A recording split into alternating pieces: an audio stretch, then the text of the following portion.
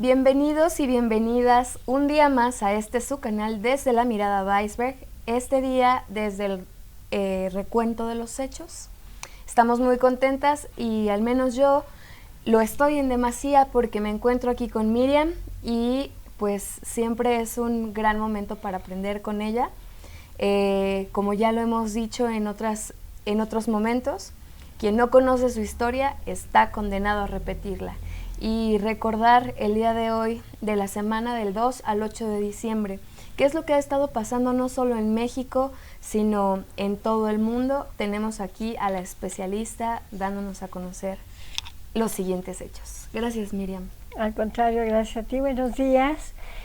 Precisamente platicaba yo con Erika de que desde que iniciamos esta travesía interesante, me he concentrado básicamente en México y he dejado un poco de lado lo que pasa internacionalmente hablando, y creo que es importantísimo que tengamos conciencia de que todo lo que sucede a nivel internacional tiene repercusiones en nuestro país.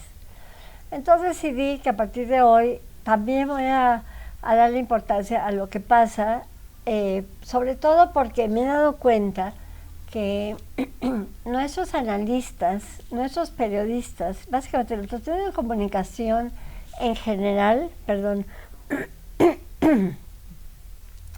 le prestan atención fundamentalmente a lo que pasa con México y los Estados Unidos con México, tal vez Canadá, y no prestamos suficiente atención a lo que sucede con otras grandes potencias del mundo, como sería Rusia y como sería China.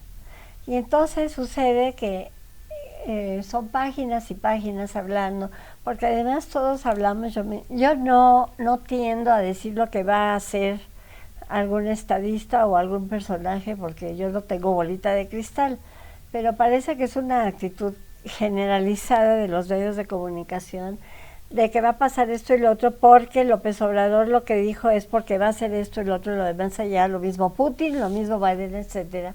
Y pues qué padre que sepan todo lo que estas personalidades piensan. Yo no lo conozco y no me gusta adelantar vísperas.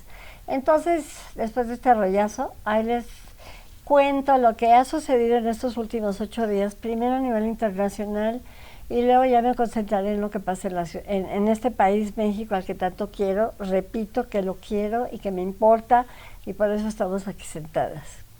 Entonces voy a iniciar con una revisión de lo que ha pasado, por ejemplo, entre Estados Unidos y Rusia, como consecuencia de acciones que ha tenido Rusia, en particular el señor Putin, Vladimir Putin, que yo no puedo afirmar si tiene complejos o cuál es su personalidad, no sé, pero lo que sí sé es que a raíz de que él tomó el poder y lo ha repetido y repetido y repetido y cambiado todas las reglas del juego y la constitución y todo lo que se refiere a permanecer en el poder en Rusia, lo ha hecho en alguna medida, no voy a llamar dictador, pero sí un permanente dirigente de Rusia, con todas las intenciones que él tiene de que Rusia sea una hegemonía igual o mayor que la de Estados Unidos.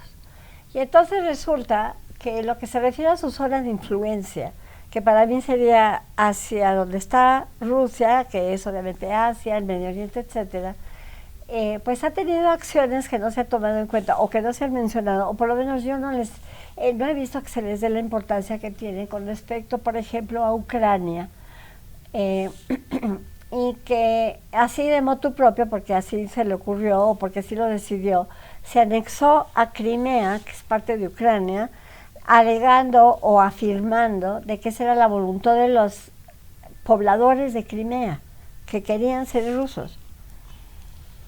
Puede ser. Igual alegaba Turquía cuando invadió Chipre y creó de motu propio la República Chiprio-Turca o turco-chipriota, que esto sucedió en 1974. E igual podemos decir que sucedió cuando se crea en 1948 por una decisión de Naciones Unidas Pakistán y Bangladesh, con la India en medio, para que todos los musulmanes que vivían en la India se fueran a Pakistán y los hindús que vivían en Pakistán se vinieran a la India. Pero había una zona, que de hecho estuve ahí, y probablemente muy pronto voy a hablarles de mi experiencia en la India, que es el estado de Cachemira, que en inglés es Kashmir, y de ahí vienen los productos de Kashmir, etc. Cachemira está en frontera entre la India y Pakistán. La población de Cachemira, cuando se dio la creación del estado actual de Pakistán, decidieron los pobladores de Cachemira quedarse en la parte india. Entonces forman parte del estado-nación que se llama India, y eso ha provocado confrontaciones cíclicas cada rato, de que se atacan, de que sí, que si no, se atacan. Hay muertos, no muchos, pero hay, aunque fuera uno, pero bueno. Yo estuve en Cachemira, yo vi las tropas en los Himalayas, que están en el norte, y es una situación que, sin querer queriendo, me voy a tocar un tema que no viene al caso, pero que para mí es muy similar a lo que pasa entre el problema de los palestinos y Jerusalén, si es israelí, si no, etc. Entonces resulta que en lo que se refiere a ¿cómo se llama?, a Rusia, Rusia le es muy importante Ucrania, porque Ucrania es, digamos, que está en el paso de toda fluye el gas de Rusia hacia los estados europeos, Polonia y demás. Por lo tanto, para Rusia es importantísimo tener una relación que le convenga con Ucrania, o bien anexársela. Y entonces resulta que lo que no se está tomando en cuenta, o a lo mejor sí, pero no se nota, es que Ucrania pertenece a la Unión Europea. Por lo tanto, para los europeos es importante Ucrania, no solamente porque es la vía para que llegue el gas, sino que pertenece a la Unión Europea, el estado de Ucrania. Y obviamente, si afecta a la Unión Europea, indirectamente afecta a los Estados Unidos. Entonces, hace 2 o 3 días hubo una conversación de cerca de 2 horas entre Putin y Biden para hablar de toda una serie de temas. No pude localizar la plática para saber exactamente de qué se trataba, pero sí sé que estaban hablando en alguna medida de lo que pasaba con Ucrania. Y lo que vi en las noticias es que Biden dijo que si llegaba a haber una invasión o un acercamiento no correcto de parte de Rusia hacia Ucrania, entonces Estados Unidos iba a tomar medidas. Y esto me lleva a un asunto que me resulta interesante comentarles, porque yo estoy aquí sentada hablando de lo que oigo en las noticias, de lo que leo en los noticieros, de lo que leo inclusive en Google, en Internet, etcétera. Pero me pregunto cuál es la verdad de lo que acontece. Y les voy a decir por qué. Precisamente hubo un momento en que Rusia siempre ha sido el que suministra el gas a Turquía. Y si no saben, yo les cuento. Turquía siempre ha hablado en contra de Israel, siempre ha estado en contra de Israel, no reconoce la existencia del Estado de Israel, etc. Pero llegó un momento de que sucedieron 2 cosas. Una, esto fue en el 2007 u 2008, que encontraron grandes yacimientos de gas en Israel, porque lamentablemente Israel, que es un pedacito así de tierra, que está rodeada de 14 países árabes, todos tienen petróleo, Israel no. Pero resulta que encontraron gas. Bueno, ¿por qué digo esto? Porque resulta que hubo una confrontación entre Turquía y Rusia. Y entonces Rusia dijo, pues si te portas mal no te mando gas. Y entonces así debajo del agua, yo por aquí te miento la mamá a Israel porque no debes existir, pero por debajo del agua le compraba gas a Israel. Y entonces llegó un momento en que se dan cuenta las relaciones internacionales en que no es todo lo que debe ser, o que no pasa todo lo que debe pasar, etcétera. Es lo mismo que ha pasado con respecto a Venezuela y la crítica con respecto a los Estados Unidos. La hegemonía norteamericana, pero en el ínterin, todo el periodo de Chávez se mantuvo con el petróleo que le vendía a los Estados Unidos. Entonces, las cosas son de una manera y luego de otra. Total, otro tema que también me parece muy interesante es la respuesta que se está dando. Oye, mira, perdón que te interrumpiera, también creo que nos has dejado claro que esto también pasa con México, ¿no? México puede hablar mil de cosas, o bueno, no México, nuestro presidente actual habla miles de cosas de diferentes países y después viene y les pide cosas. Sí, es que, ay, México, cómo me duele México. Ahorita que hablemos de México lo volvemos a tocar. Perfecto. Porque también ahí se supone que tenemos un súper experto en relaciones internacionales, que es el doctor Máster Ebrard, que tiene un doctorado en relaciones internacionales, que estudió en el Colegio de México y bueno, es decir, la política es la que domina y ni modo, y el dinero, pero bueno. Entonces retomo lo de Biden, después hablaremos de la conducta del México y voy a hablar de lo que está pasando entre China y los Estados Unidos, que como ya lo he dicho muchas veces, la base de todos los conflictos es económica. Si lo quieren disfrazar de derechos humanos y de recursos naturales y del cambio climático y de la política, que lo hagan. La realidad es esa. En el trasfondo es un asunto económico. Entonces resulta que Biden también ya dijo que no está de acuerdo, ya no digamos en las relaciones económicas entre ellos, sino de que parece que China quiere anexarse a Taiwán. Y entonces ha mostrado una serie de acciones, por ejemplo, de mandar aviones a que estudien, a que aparentemente así como que quieran asustarlos, etcétera. Entonces Biden también ya dijo de que no está de acuerdo en que China tenga una actitud agresiva hacia Taiwán, y aparentemente este es el trasfondo de que Biden o Estados Unidos ahora decidieron que no van a asistir a las Olimpiadas de invierno que se van a llevar a cabo en China, repitiendo un patrón que se dio en, creo que en 1980, de que Rusia boicoteó las Olimpiadas en Los Ángeles, porque como todo tiene que ver con el poder, la cúpula del poder son ellos, pues entonces ni hablar. Eso sucede, lo dijo Biden, no van a asistir a las Olimpiadas de invierno, las consecuencias no sé cuáles sean. Obviamente tiene consecuencias económicas, porque si no llega la población norteamericana a las competencias olimpiadas es otro negocio. Las Olimpiadas lo que traen es dinero al país que ofrece el sede para las Olimpiadas. Bueno.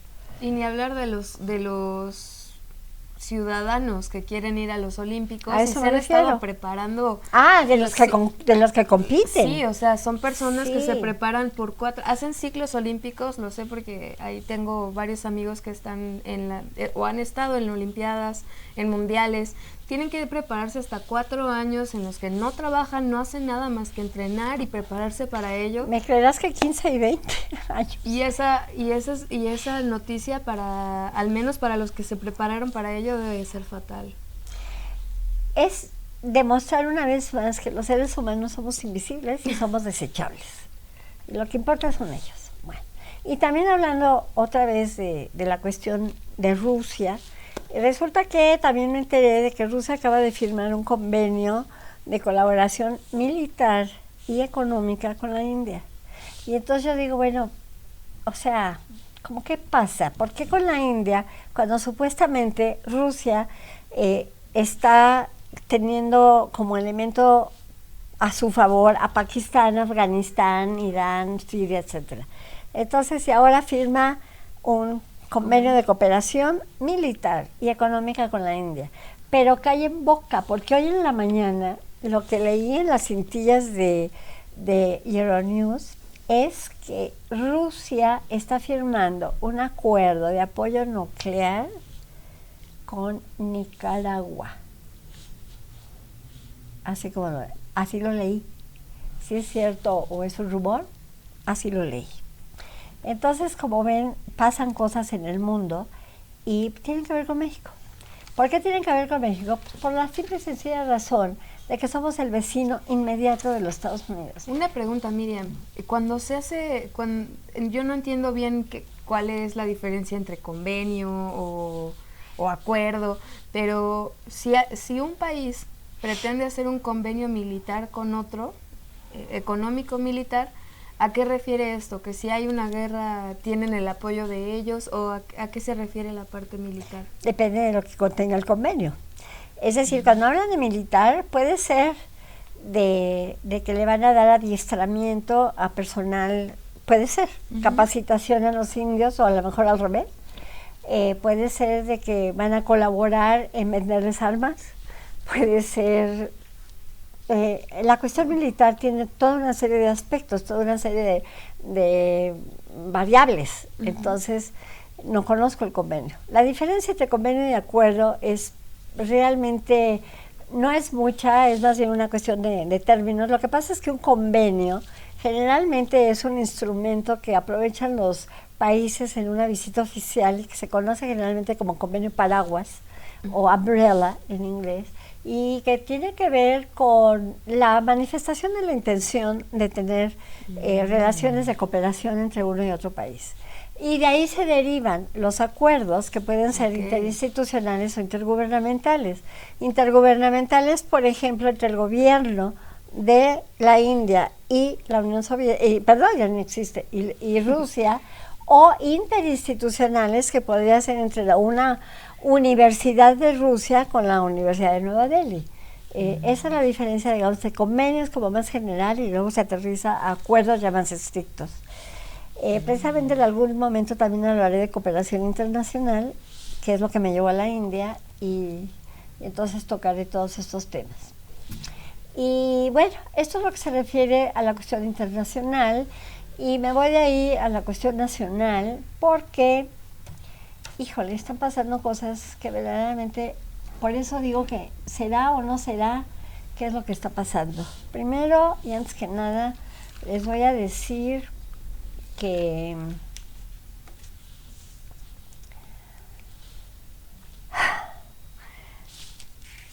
en la cuestión de apoyos económicos, resulta que México le ha dado 3.500 millones de dólares más a Pemex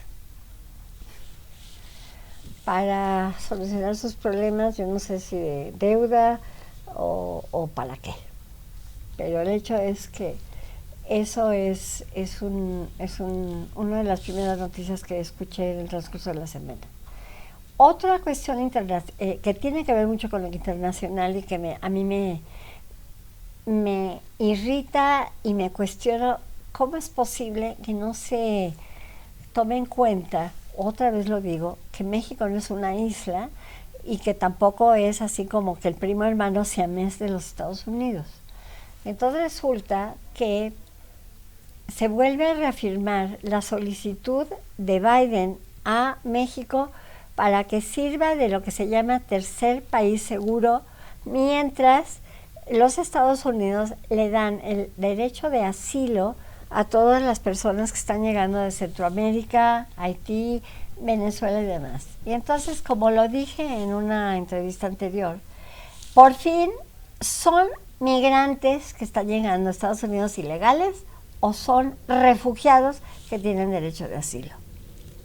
Si tienen derecho de asilo, por lo tanto son refugiados, entonces tienen derecho también a toda una serie de elementos que no necesariamente tiene que aportar el gobierno mexicano. Tenemos varias instancias dentro del marco de las Naciones Unidas que supuestamente están para eso. Ya hablé una vez del ACNUR, que es el Alto Comisionado de las Naciones Unidas para los Refugiados, y que ese ACNUR, que es una instancia de Naciones Unidas, tiene recursos para que el refugiado tenga condiciones de vida dignas. Entonces, si México accede a tener aquí mientras los 6 o 8, 10, 12 meses que van a tardar los Estados Unidos en conceder el asilo a 4,000 o 5,000 personas, ACNUR está obligada a también a dar ayuda porque México pertenece al ACNUR. Perdón, hay otra instancia que es el Alto Comisionado de las Naciones Unidas sobre los Derechos Humanos. Oye, Miriam, nada más yo creo que muchas personas, no sé, que nos podrían ver, entre ellos estudiantes, no sé por qué, pero yo siento que se tiene la percepción de que las personas que llegan a México, que son migrantes y refugiados, vienen y quitan la comida de diferentes mexicanos, se les quitan el trabajo que posiblemente podría pertenecerles a los mexicanos. el hecho de que México pertenezca al ACNUR, eso quiere decir que el ACNUR está obligado, digamos, comprometido a colaborar económicamente a nuestro país para ayudar a estas seguramente personas. lo hace. Lo que pasa es que, pregunto, ¿lo hace llega? suficientemente y a quién le llega? Porque como les digo, todo es lo que se dice, es lo que se publica y es lo que se escribe. Por ejemplo, yo sé que cuando empezó todo el rollo con Trump, que se dejaron venir marejadas de gente, decían, bueno, yo vi en una de sus famosas mañaneras al observador decir que iba a concederle trabajo a los migrantes. ¿Y por qué? Porque al darles trabajo les daban una credencial de elector. Esto fue antes de junio de este año, que iba a haber elecciones. Entonces justificaba que estas personas tuvieran una credencial de elector y pudieran votar a favor del observador. Eso se dice. Yo no más lo leí o se lo oía una mañanera a él que iba a dar trabajo y luego cuáles son las consecuencias. Como dijo mi amiga Julia, piensa mal y acertarás, ¿verdad? Bueno. Pero además hay otro elemento muy interesante que apoya todo esto que les estoy diciendo. Probablemente no estén enterados, pero hay un conflicto seriosísimo que yo lo llamo guerra civil, que se está dando en Siria desde hace ya casi 8 años. Y entonces eso ha provocado, o había provocado, que muchos refugiados sirios, igual como hay de Libia y de Nigeria, etcétera, se lanzan en balsas casi como Kleenex, papel desechable, al mar. Y entonces, lo dije en otra, también creo que cuando hablé de los refugiados, se sienten los países europeos obligados a recibirlos, sí o no, o tal vez. Dada esta circunstancia, que por cierto hoy termina en la época Merkel. El día de hoy es el último día, tengo entendido, de Merkel en el poder. Entonces, hablando de la Merkel, con este problema de los refugiados de Siria, resulta que Siria estableció un convenio con Turquía para que Turquía recibiera más de 3 millones de sirios refugiados que estaban teniendo que abandonar Siria porque son las víctimas, los inocentes, entre los que reciben armas, los rebeldes que reciben armas de quién sabe quién, y el presidente turno, que no hay manera de que suelten el poder porque se enferman de eso. Y entonces esa guerra civil para mí lo que ha provocado es infinidad de refugiados sirios, y muchos de ellos fueron aceptados por Turquía, cerca de 3 millones, a cambio de que Alemania se iba a hacer cargo de todos estos refugiados. Les iba a dar albergue, les iban a dar alimentos, les iban a dar condiciones y trabajo. ¿Ok? Bueno, que además, comentario al margen, Turquía está también dirigido ahora por otro pseudodictador que se apellida Erdogan y que también ha cambiado la constitución 200,000 veces para seguir en el poder ya como eternamente eterno. Bueno, y entonces Erdogan, que ha tratado y no ha logrado que Turquía forme parte de la Unión Europea, cada vez que la Unión Europea emite un acto de declaración o lo que sea que no le gusta a Turquía, agarra a los sirios, a los refugiados, y los manda a la frontera con Grecia, amenazando de que se vayan de vuelta y ya no se hace cargo. Porque la política así es. Entonces, tomando ese ejemplo, yo, que lo conozco desde hace varios años que se dio, más de 6, ¿por qué no pasa lo mismo en México? Es decir, si te estás comprometiendo México a recibir a todas estas personas, y Estados Unidos prometió, así dijo, promete que le va a dar ayuda. ¿De cuánto? ¿De qué estamos hablando? Si estamos hablando de que se van a encargar tanto Naciones Unidas como los Estados Unidos, como incluyendo, y por qué no, a los gobiernos de los países de donde vienen estas gentes. Es decir, yo voy a poner tanto para que haya tantos albergues o tantos empleos, y entonces el mexicano no se va a sentir agredido de que está invadido por seres que tienen las mismas necesidades que los mexicanos y que siente que les están quitando la chamba. Sí, sí, sí, sí. Que es lo mismo que está pasando en Europa con tanto migrante o refugiado musulmán. Eso es lo que está pasando en Europa, y aquí está pasando lo mismo. El problema que tenemos en México es eso, el vecino el vecino débil, si lo queremos ver así, o más bien yo digo manejable y dejado, porque eso es lo que hemos sido los mexicanos, dejados. Nos hemos dejado manipular, nos hemos dejado mangonear, y aquí seguimos felices de la vida, sintiendo de que somos así como que la mamá de los pollitos, porque los Estados Unidos nos dieron, nos dijeron o nos accedieron. Y ahí estamos lamiéndole los pies para evitar decir una palabrota a todo lo que deciden en los Estados Unidos. Entonces Biden decide y ahora con el presidente que tenemos, que tiene su muy particular manera de interpretar todo lo que se dice, pues entonces no dudo de que eso precisamente haga que también muchos mexicanos que de por sí están resentidos, que de por sí creen en López Obrador, pues siga acumulando votos. Quisiera hacer, sí, totalmente de acuerdo, y me gustaría, como promotora de la salud que soy, quisiera hacer un pequeño paréntesis, un pequeño comercial al respecto.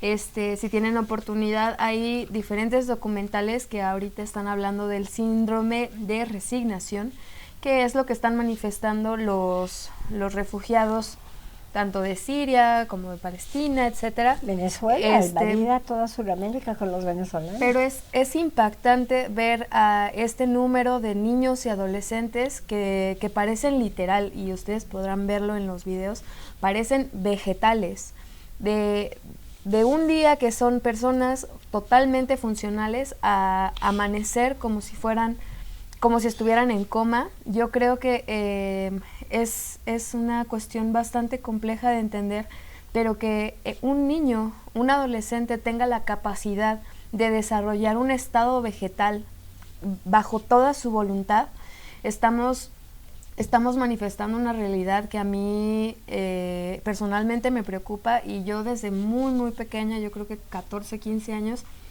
fui una persona muy preocupada por la guerra. Digo, a pesar de que nací en un país que en lugar de guerra tenemos hasta fiestas por cualquier cosa, aún así imaginar guerra en mi planeta me llenaba de ansiedad. Entonces también quisiera hacer este paréntesis para invitar a las personas a utilizar diferentes estrategias naturales para mantenerla bajo nuestro control, tanto la ansiedad como la depresión, y evitar utilizar diferentes pues pastillas o genéricos, porque ese poder está o habita en nosotros, solo es cuestión de practicarlo. Es cuanto. Todo lo que nos sucede tiene repercusiones en nuestra mente y tiene repercusiones en nuestro espíritu. Y lamentablemente eso es lo que aprovecha el poder para manejarnos. Cuando se sabe que una persona está frustrada porque no le puede dar de comer a un niño, a su hijo, eso lo aprovechan los del poder para decirle: yo te voy a ayudar a que le des de comer siempre y cuando votes por mí. Y votan por él y se les olvidó que le tenían que dar de comer. Eso es una de las tantas cosas. Y eso tiene mucho que ver con los derechos humanos. Y entonces el próximo punto que quiero tratar con ustedes es que vi una entrevista de José Miguel Ibanco, que durante 30 años estuvo al frente de Human Rights Watch, que es un organismo no gubernamental íntimamente vinculado con los derechos humanos. Human Rights en inglés quiere decir derechos humanos. Y entonces resulta que le hace una entrevista, me parece que también lo vi en el noticiero de Guillermo Ortega. No me paga Guillermo Ortega para que yo lo anuncie, lo que pasa es que no me lo pierdo. El caso es que este hombre decidió, después de 30 años, retirarse de la dirección de esta Oficina de Derechos Humanos para dedicarse a otras cosas. Y entonces, como ya renunció, se sintió con la libertad de poder opinar sobre lo que pasa, no solamente en América Latina, con respecto a los derechos humanos, sino lo que pasa en México.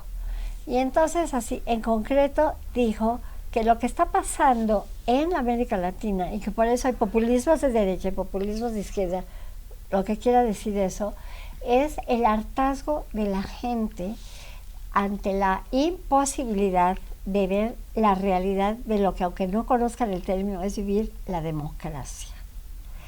Y si eso pasa a nivel latinoamericano, con mayor razón está ahora pasando a nivel México. No sé si ustedes recuerdan toda la bronca, por todo el conflicto que se dio cuando López Obrador decidió a fuerza nombrar como directora de la Comisión Nacional de Recursos Humanos a la señora Piedra, porque es hija de un personaje que fue la señora Piedra, que defendió, etcétera, etcétera. Y lo que él sostiene es que desde que esta mujer dirige la dirección de la Comisión Nacional de Derechos Humanos, es como si no existiera esa comisión en México. No pasa nada. O sea, pasa, pero no hay una reacción. Así lo dijo tal cual. No existe absolutamente nada de lo que se refiere a derechos humanos en lo que a la Comisión Nacional de Derechos Humanos, dirigido por esa señora Piedra, se refiere. Y repito lo que dije en la plática pasada. Como aquí lo que se demanda por parte del señor López Obrador, porque aquí sí es la persona, no es el gobierno en la 4T, es 99 de lealtad y 1% de capacidad, la capacidad es nula. Y un país no puede vivir, no puede funcionar en la cotidianidad sin capacidad y nada más lealtad. La lealtad es algo abstracto que está en lo etéreo del planeta, pero con eso ni se come, ni se produce, ni se vive. Y entonces resulta que ese es otro tema que me parece importante que se mencionara. Y cuando hablo de que realmente no sé ni lo que pasa, es porque resulta de que, ¿por qué López Obrador mantuvo 3 años como secretaria de Gobernación a la licenciada o doctora, o llámenla como quiera, ¿cómo se apellida? Cordero, Sánchez Cordero? ¿Por qué? Me molesta además porque decían que era el florero, es decir, estaba de adorno. ¿Por qué?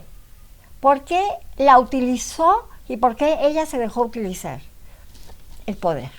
La realidad es que a partir de hace, no sé, mínimo 1 mes y medio, 2 meses, tal vez un poquito más, ya tenemos un nuevo secretario de Gobernación. ¿Quieres decir algo?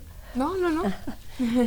Tenemos un nuevo secretario de Gobernación al que aparentemente sí pela el señor López Obrador, o por lo menos sí le da juego.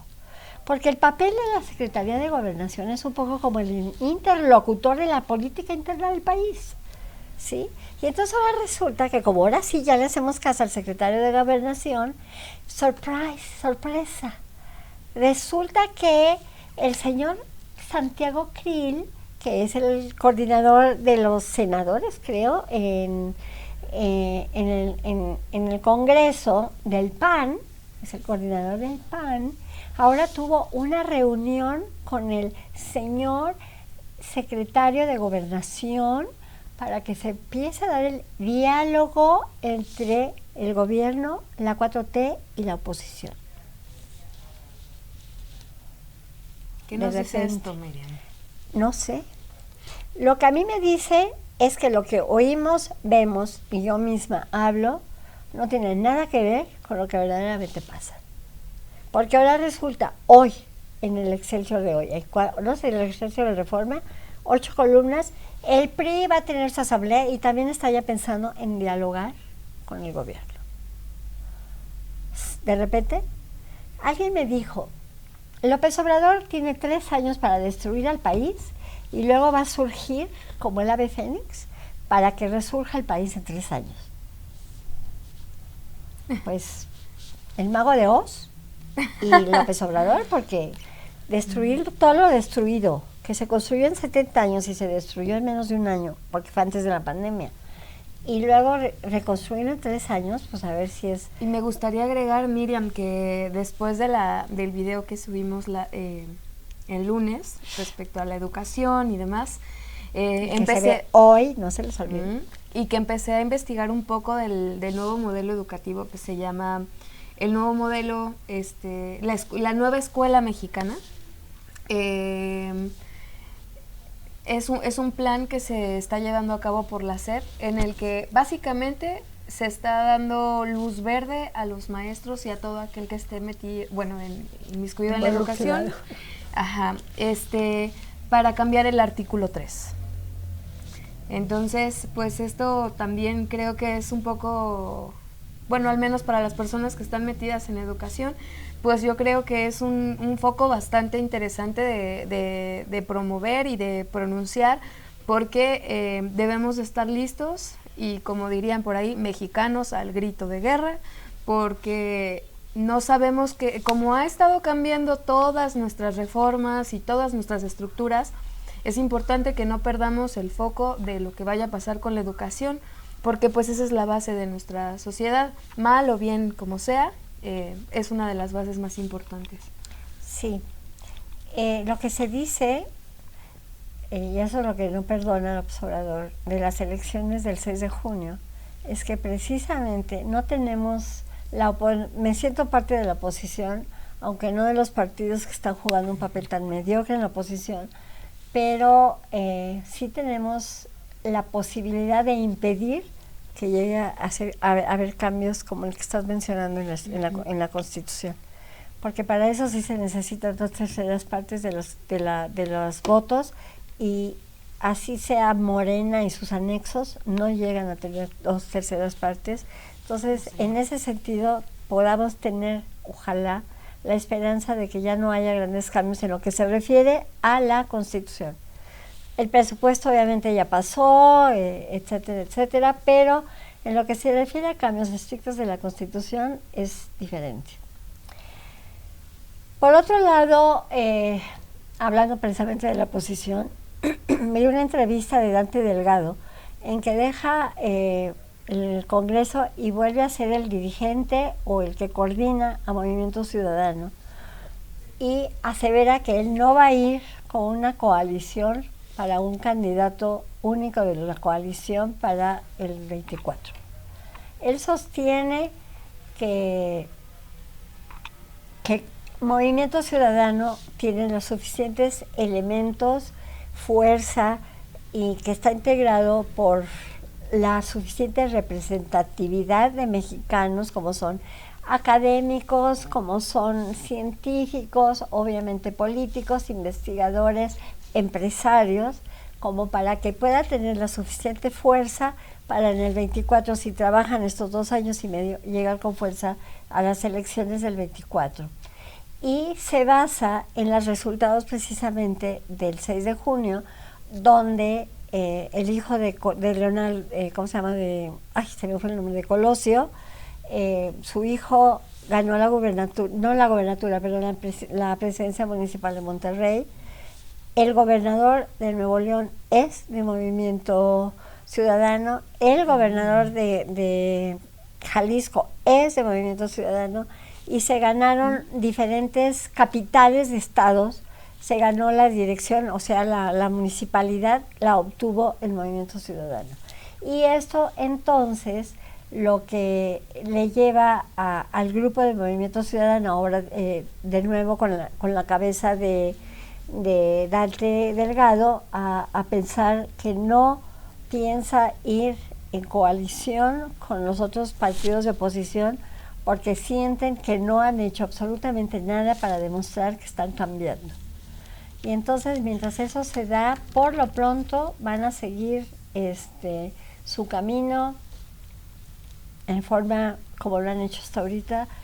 Bueno, no hasta ahorita, más bien últimamente, porque ellos, como lo dijo Dante, en un principio apoyaron a López Obrador, como tantas personas y tantos grupos que soñaron ilusamente de que López Obrador verdaderamente sí iba a traer el cambio.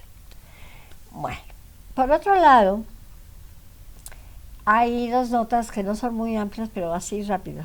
Se pretende federalizar la salud. Lo declaró en Tamaulipas López Obrador. Y eso me lleva a algo que verdaderamente no me sorprende en lo más mínimo y que confirma lo que yo siempre he dicho. El señor López Obrador no sabe gobernar. El señor López Obrador es el eterno candidato que sabe estar en campaña. Y entonces él ya declaró que iba a hacer una gira por Jalisco, Tamaulipas, Nayarit, Sinaloa, etcétera, y Tamaulipas. Entonces está haciendo sus declaraciones porque está en campaña. El señor está en campaña. Está en campaña soñando de que va a poder manipular, si es que llegamos a tener elecciones democráticas, Sueñan todos los que se van en que van a poder manipular al que dejan. Y esa es una falacia. El que se siente en la silla del poder no tiene memoria, no tiene lealtad, no tiene dignidad, no tiene nada con respecto a quien lo puso ahí, a quien lo apoyó o a quien le dio su confianza. Y la mejor prueba es lo que está pasando con López Obrador, que bueno, a los primeros que traicionó es a la gente que votó por él. Me refiero a la gente que nosotros conocemos, o sea, podríamos, entre comillas, llamar las celebridades mexicanas que votaron por él, ahora son los que escriben contra él. Y además, para mí, un ejemplo de lo que es la traición es lo que la conducta del señor López Obrador con Javier Sicilia. Javier Sicilia, que empezó a tener autoridad porque secuestraron y mataron a un hijo suyo, él fue una persona que apoyó al 100% toda la campaña de López Obrador. Y una vez que López Obrador llegó al poder, le pidió a Sicilia una cita y se la negó. Y eso coincidió cuando fueron los asesinatos e incendiaron a la familia de los Levarón. Y entonces, como el señor López Obrador no quiso recibir a Sicilia, Sicilia y los Levarón hicieron una manifestación saliendo desde Cuernavaca y caminando hasta la Ciudad de México. Y no los recibió López Obrador. ¿Ok? Bueno. Entonces, de ahí que así son las cosas y vuelvo a insistir, una cosa es lo que se dice y otra cosa es la realidad que sucede debajo del agua, tanto a nivel nacional como a nivel internacional. Entonces lo de Santiago Krill, como que por qué de repente va a hablar, y entonces además deja de lado al Pelele, que es el actual presidente del PAN, que ya previa a las elecciones del 2022 dice que si acaso les va a ir bien ganando Aguascalientes, o sea, ya ni para qué me esfuerzo cuando soy mexicano porque ya voy a perder, entonces ya ni, o sea, no entiendo la lógica, pero como tampoco entiendo las ansias de poder, pues entonces vete ahí. Por otro lado, hablando del INE, hay dos cosas interesantes del INE. Una, que se aceptó en la Suprema Corte de Justicia la denuncia del INE en contra del Congreso, que declaró que le recortó el presupuesto en una cantidad mayor a la que va a requerir el INE para poder llevar a cabo la consulta de la revocación de mandato. Y honestamente, yo no estoy de acuerdo en que el INE pida de que le regresen el presupuesto. Lo que debe pedir es demostrar de que es anticonstitucional. Esto no es una revocación de mandato, es un voto de aplauso de mandato. Y para eso no se necesita hacer una consulta, es obvio, está en todos lados. Se hacen encuestas de derecha, de izquierda, de arriba y abajo, y el señor tiene una popularidad que no es la que se dice que tiene, pero sigue siendo una popularidad de cerca del 53%. Que además es interesante porque nadie se ha preocupado de saber, bueno, López Obrador tiene, según lo que dicen las encuestas, el 63% de aprobación. ¿Se han preguntado lo que tenía Calderón? Calderón tenía lo mismo, 62, 63%. O creo que él tenía un 67 y Fox tenía un 62. El único que no llegó con ninguna popularidad al final de su sexenio fue Peña Nieto, porque había una declaración clarísima en contra de él y del PRI, acusándoseles de corruptos y negando toda acción positiva que pudiera llegar a tener el gobierno de Peña Nieto. Yo no voy a hablar de Peña Nieto porque todos dicen, ay, es que tú eres pro Peña Nieto y pro PRI. Yo soy pro México. Y al que le duela, que se sobe. Punto. Para terminar, y hablando también del INE, voy a hablar de un libro que acaba de publicar Luis Carlos Ugarte, que lo acaban de entrevistar en casi todos los noticieros, y el libro se llama Elecciones, Justicia y Democracia en México, y fortalezas y debilidades del sistema electoral mexicano. Si hay alguien que sabe lo que son las elecciones en México, además del señor Córdoba, que es el actual presidente del INE, es este señor Ugarte. Este señor fue el que le dio a Fox el cambio del PRI al PAN cuando fueron las elecciones. Él era el presidente del IFE, que se convirtió en la UNL. Él ha formado parte totalmente de lo que se refiere a las elecciones y desde que, no sé, pero ya desde hace varios años, él tiene una empresa, ahorita no me recuerdo cómo se llama, que entre sus muchas funciones es hacer encuestas, pero encuestas no a modo, como para que le dé gusto a quien tiene, sino verdaderamente estudios serios de lo que se refiere a la corrupción, de lo que se refiere a las elecciones, y aplaude totalmente toda la actividad que ha llevado a cabo Lorenzo Córdoba como presidente del INE y los consejeros que participan en las actividades del INE.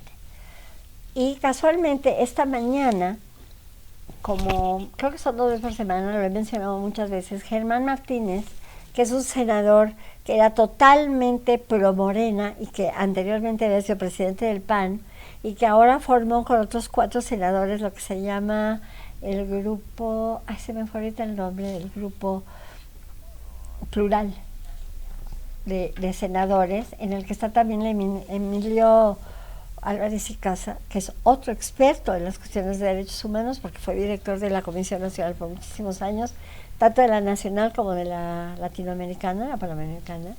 Y ellos, Germán Martínez sostuvo esta mañana que mucha gente, que además aplaude y que se demostró con resultados de las famosas encuestas que está haciendo un papel digno, el presidente del INE, Lorenzo Córdoba, que ahora resulta que lo que él quiere es lanzarse como candidato a la presidencia. ¿De qué partido? Pues quién sabe. Pero lo que decía Germán Martínez, que es un excelente abogado y basado en la Constitución, que en particular el presidente del INE tiene que estar retirado del INE mínimo 2 años antes de que sean las elecciones. Es decir, él no puede ser presidente del INE y al mismo tiempo pretender ser candidato a la presidencia sin haber renunciado al INE 2 años antes de las elecciones. Entonces, lo que se murmuró también en la mañana es pues que a lo mejor está jugando muy bien sus cartas, porque la famosa revocación del mandato se va a llevar a cabo supuestamente en abril. Unos dicen en enero, otros dicen en abril. Si se lleva a cabo en abril y se lleva a cabo como se supone que se va a llevar a cabo, donde no va a votar el 40% del padrón electoral, y el señor va a salir como rey porque está haciendo las cosas bien. No es porque ande actuando, sino está actuando en función de lo que debe hacer. Hay probabilidades de que entonces la gente que está gozando de más del 70% de la aprobación, que ahora resulta que a lo mejor tenemos un nuevo candidato que surge así como de repente en el verano, y va a ser Lorenzo Córdoba. Yo no tengo ninguna posición al respecto, porque para mí, como insisto, influyen las personas, no los partidos, aunque creo, como lo dijo Enrique Lamadrid, que era necesario tener una cierta institucionalidad en lo que se refiere al apoyo a un candidato para que sea más consistente y válida su presentación. Y por último, así ya nada más para terminar, aunque lamentablemente el dato no es nada agradable, en la mañana de hoy se dijo que la inflación está en 7.27%. Quiere decir, es lo más alto que ha habido en los últimos 20 años en México. Y creo que tienen clarísimo lo que quiere decir eso. Quiere decir, la inflación indica que se pierde el poder adquisitivo de la moneda. Y entonces, si antes tenías un peso y te alcanzaba para 10 tortillas, probablemente ese peso solo te alcance para 3. Ya también lo hablé antes, era nada más confirmar porque es el dato más fresquecito con lo que apagué la televisión para irme a desayunar esta mañana. Y es lo que tenía que platicarles, lo que es el reencuentro de los hechos. Y les agradezco su atención. Y Miriam, antes de acabar, porque en el video pasado respecto a la educación, yo me quedé con eso en la mente y quería hacer en este recuento de los hechos un homenaje a esa gran maestra que tuviste en la vida, y creo que es importante mencionarla. Sí, es que cuando tú me preguntaste, ¿cómo remasterizamos y quién soy, de dónde vengo y para dónde voy? Me hiciste la pregunta de una maestra o maestro que hubiera sido muy importante en mi vida, y mencioné a Hayat Orenberg. Y Jaya murió a los 91 años, precisamente cuando estábamos grabando. Ella fue para mí un ejemplo de compromiso, de responsabilidad, de belleza interna y externa, y de nutrirme con el deseo de ser lo mejor posible para este país. Y yo también les rindo homenaje. Pues eso a mí me da mucha alma, porque eso quiere decir que aún existen maestros, líderes silenciosos por todo el mundo, haciendo grandes trabajos con los educandos, y pues un honor al cielo. Sí. Así que bueno, siguen siendo años, llevamos 2 años de pandemia, 2 años muy fuertes, en donde el duelo se ha significado muchísimo para muchos. Entonces para mí era importante hacer esta mención, y pues espero que todas las personas estemos trabajando de la manera más prudente y afable en nuestros duelos. Un abrazo a todos, igualmente, donde quiera que estén. Hasta gracias. Luego. Muchas gracias. Suscríbanse. Suscríbanse y préndale ahí a la campanita para mantenerse al contacto con nosotras. Hasta luego.